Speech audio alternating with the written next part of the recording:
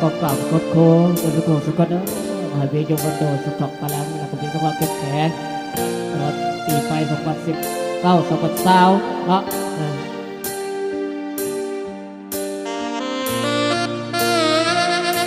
เอาไปเชียงไปมาเอาไปเชียงไปเองด้วยน้องเบลซะได้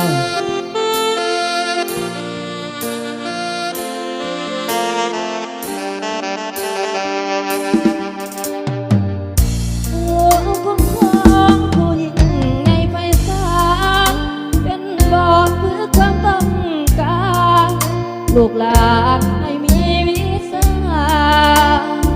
เป็นบ่อนหล่อล้อมเยี่ยมล้อมกับพัฒนาเฮ็ดให้ลูกหลานหัวเพื่อมาศึกษาสร้างตัวผู้แทนความสูงความนี้ลูกหลานหักแพงถนอมผู้พันมาบ่เคยถือตัวสร้างชีวิตใหม่สิ่งสวยงามบ่คิดเมามัวบ่คิดจะท้อถอยตัวผู้สิสอนด้วยความเต็มใจจะลืมจะลืมในวันที่7 ตุลาเป็นวันสถาปนายิ่งใหญ่ของผู้ทุกคนสืบสานมวลชนพวกเรามีมาแต่เดิมอย่าลืมไว้ทุกแห่งคนผู้ทุกคนคือแสงเงียบทาง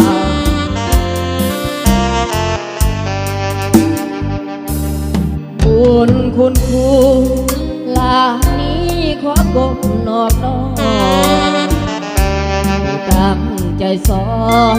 ให้ความรู้เยี่ยมทางก้าวไกลสิทธิ์ขอบูชาบุญอันแสนยิ่งใหญ่ลานี้ขออย่าลืมไว้ในวันที่7 ตุลา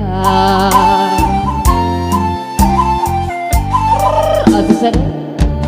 ขอบคุณทุกคนครูรักทุกคนนะขอเป็นสุขภาพเข้มแข็ง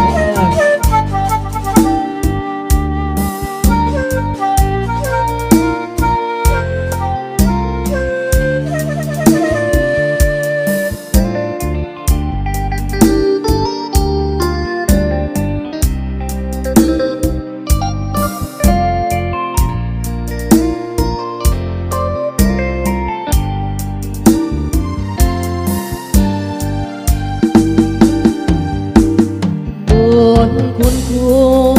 ลานี้ขอกบนอบน้อม